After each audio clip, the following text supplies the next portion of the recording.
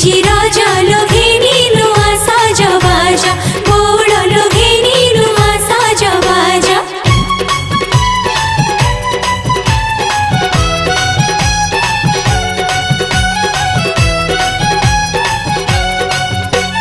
पाचिला पणस आंबा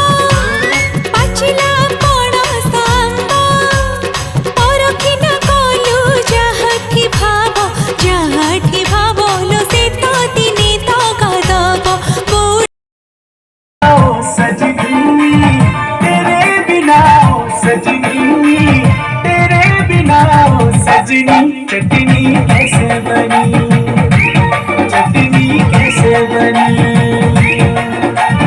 चैत मास खरालो दिए देखा शीतरा घर नहीं